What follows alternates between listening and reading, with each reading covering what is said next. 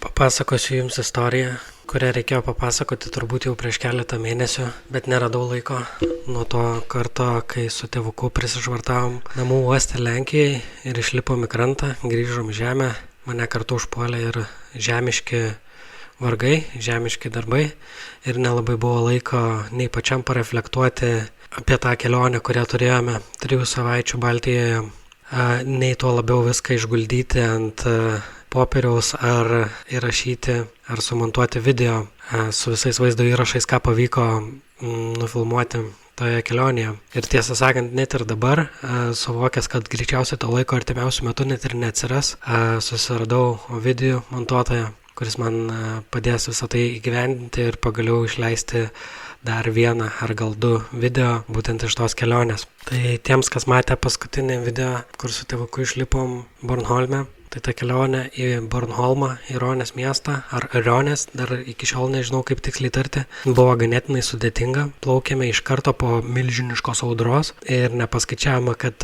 jūra dar nebus nustojusi stipriai banguoti, o kadangi vėjas pūtė sąlyginai nedidelis, tiksliau labai nedidelis vėjas pūtė, nepakako to vėjo, kad jis mus ištemptų per tas didelės bangas, todėl beveik visą laiką realiai motoravom, traukiam diesel šotą, kaip vienas kolegų sakydavo. Nepaisant to, mes galų gale pasiekėm Ronę, Danijai priklausančią salą Baltijos jūrai. Kažkada nustebau sužinojęs, kad Baltijoje apskritai yra salų, tai kaip minimum 2 tikrai yra, Gotlandas ir Bornholmas. Atplaukėm į Bornholmą 12 dieną, kažkur paryčiais, belekai nusikalę, belekai pavargę ir iš karto ėjom miegoti. Pamenu, miegojau ganėtinai neilgai, keletą valandų nusnūdęs pabudau, atsigėriau kavos ir iš karto ėjau tyrinėti salos.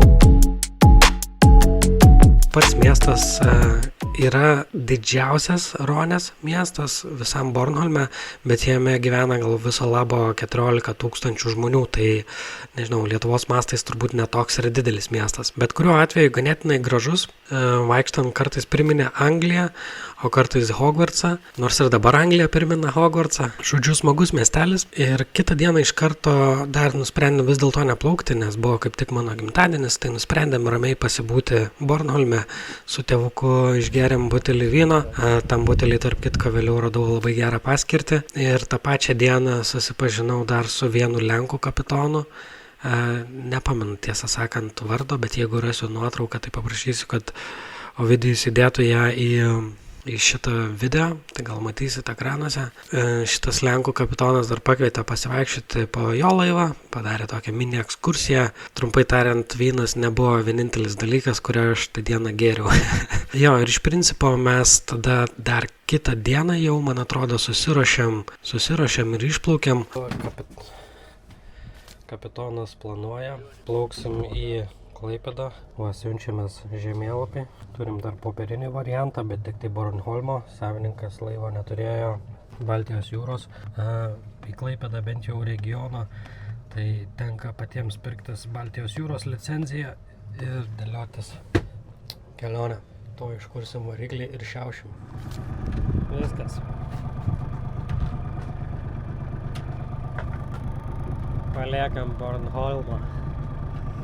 Prieš vėją.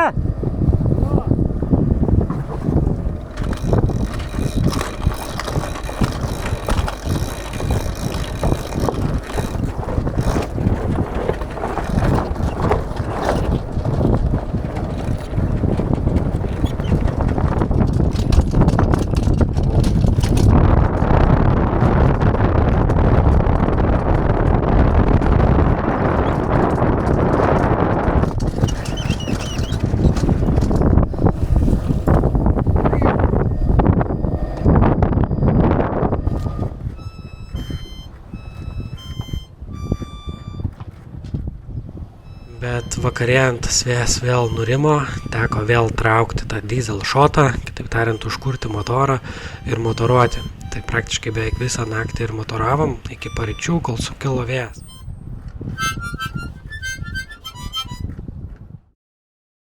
Būtų beveik galima sakyti, kad plaukimas galėjo būti geras apart 2 aspektų naktį. Tai vienas buvo tas, kad kažkokiu momentu naktį pastebėjom, kad laive yra vandens. Ir mano brangiai, laivas dėl to ir yra laivas, nes jame nėra vandens. Paskutinis dalykas, kurį jūs norite pamatyti laive. Tai žodžiu, pradėjom daryti ten šiokią tokią inspekciją, ieškoti, iš kur tas vanduo atsiranda. Aišku, buvo naktis, buvo tamsu, mes patys pavargę, tai po tos inspekcijos tiesiog priėjom išvadą, kad vanduo ateina kažkur iš laivo galo ir mums tuo metu pakako. Nes iš principo daugiau nelabai buvo galima ką padaryti, tai tiesiog plaukiam toliau ir bandėm apie tai negalvoti. Ir kitas aspektas dar buvo irgi nemalonus plaukiant tą naktį, būtent tai, kad kažkuriuo momentu horizonte pamačiau žiburius. Ir toli gražu tikrai ne aušros žiburius, ne saulės žiburius, o tiesiog žiburius. Ir jie ganėtinai sparčiai artėjo mūsų.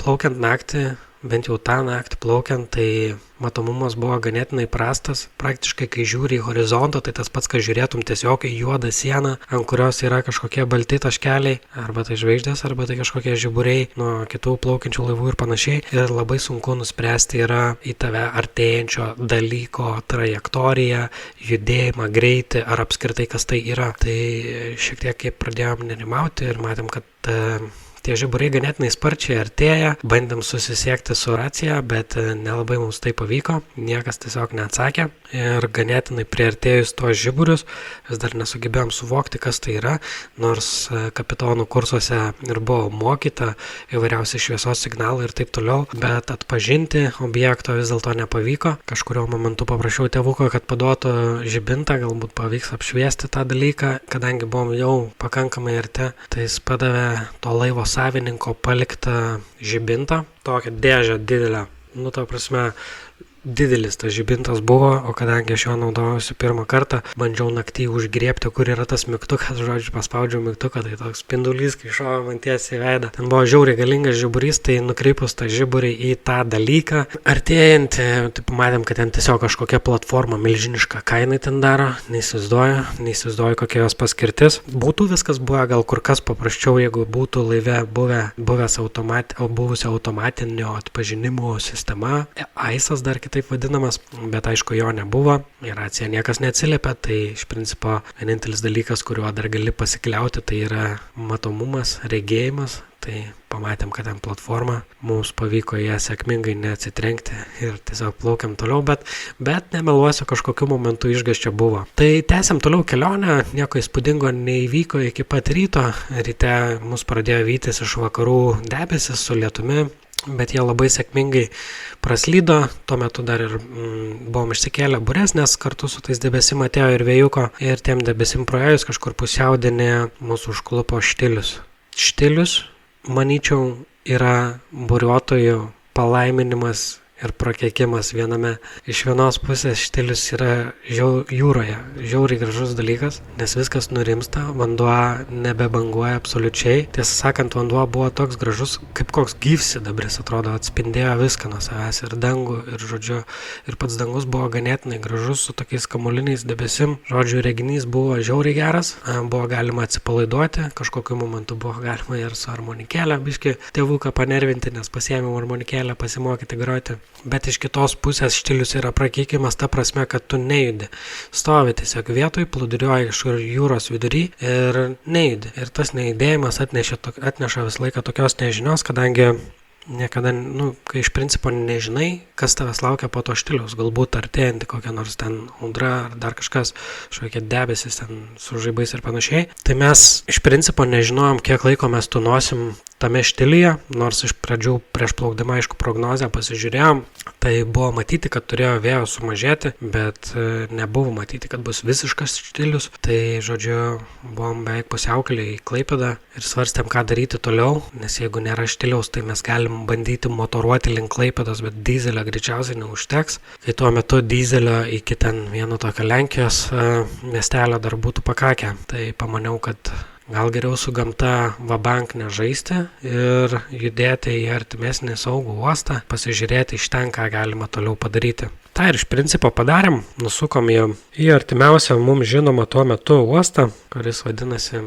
Leba, miestelis toks. Tai labai sėkmingai nuo pusiaudienio plaukiam su motoriuku link Lebos, praktiškai net ir nebuvo vėjo visą tą laiką, jau ir sutemo, atėjo vakaras, aš nuėjau nusnausti ir pabudęs gal kokią 11 valandą išėjau kokpitą, buvo tamsu ir jau buvo matyti Lebos Lenkijos miestelio žiburiai ir šiek tiek į dešinę nuo tų Lenkijos miestelio žiburių matėsi, kad ten žiauriai žibuoja. Ten žaibas, ten susikaupė tokie debesis, kur žaibuoja ištisai. Beveik būtum galėjęs pagalvoti, kad ten koks nors selo koncertas vyksta. Aišku, būtų gerai, jeigu ten būtų buvęs tik selo koncertas, o ne žiauriai ten didelį debesis su įvairiausiais žaibais. Buvom pakankamai arti kranto, kad galėčiau pasigauti internetą nuo jo ir pasižiūrėti realiai, kas ten blyksė. Ir aišku, mūsų nenaudai ten blyksėjo iš tiesų didelis masyvas debesų su žaibais ir su visokiais dalykais ir jisai judėjo grinai link to stelio, kur ir mes. Ir pasiskaičiavus atstumą, kiek liko plaukti mums ir kiek liko laiko tai audrai pasiekti tą miestelį, suvokėm, kad mes realiai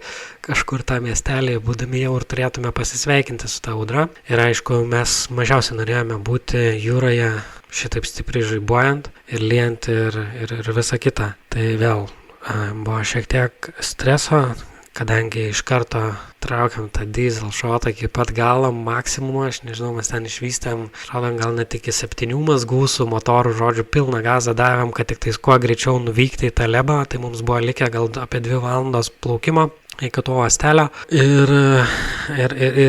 tikėjomės, kad būsim greitesni negu ta audra, tai pradėjom lenktyniauti mes su ta audra ir žodžiu taip skuosdami mums galų gale pavyko pasiekti tą miestelį. Tai dar plaukiant į mariną matėsi kaip 3 nakties Lenkai patys eina į pajūrį pasižiūrėti tų žaibų, žodžiu renkasi pasižiūrėti, kas čia tokia per audra, nes prie jūros galbūt geriau matosi, nes horizontas. Tai supratom, kad tikrai buvom ganėtinai nepavydėtinai situacijai, tiksliau vos nepatekom į ganėtinai nepavydėtiną situaciją, o prisišvartavus marinai jau 3 nakties iš laivo kaimyninio išėjo kažkoks vokietis, sako, jūs iš ten atplaukėt ir rodo į jūrą ir mes tokie, mes iš ten atplaukėm. Crazy, sako, jūs esate. Tai žodžiu, pavyko mums prasmukti su tėvuku, viskas gerai buvo ir eilinį kartą buvom belekai nusikalę, išvargę, tiek psichologiškai, tiek fiziškai. Tai mus labai sėkmingai priėmė Marinos harbormeisteris, susiruošėm vėl, viską susitvarkėm ir kritom miegoti ir sakėm, jau daugiau tokių didesnių kelionių nebedarysim, plauksim tik dieninius plaukimus. Ir iš principo kitą dieną aš tiesiog išėjau į miestelį pasivaikščioti, vėl patyrinėti, kur mes šį kartą papuolėm. Tai labai fainas miestelis, toks ganėtinai kurortinis, nors iš principo visi tie pajūrio miesteliai Lenkijoje yra kurortiniai, bet šitą miestelį buvo ypač daug judesio.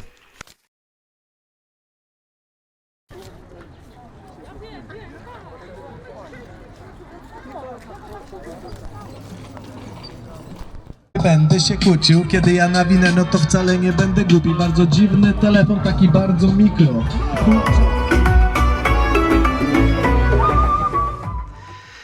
Žodžiu, tai mes ten pabuvom, vieną dieną pasilsėjom, pavalgėm, patinginiavom ir susiruošę išplaukti. Kitą dieną išplaukėm į kitą miestelį,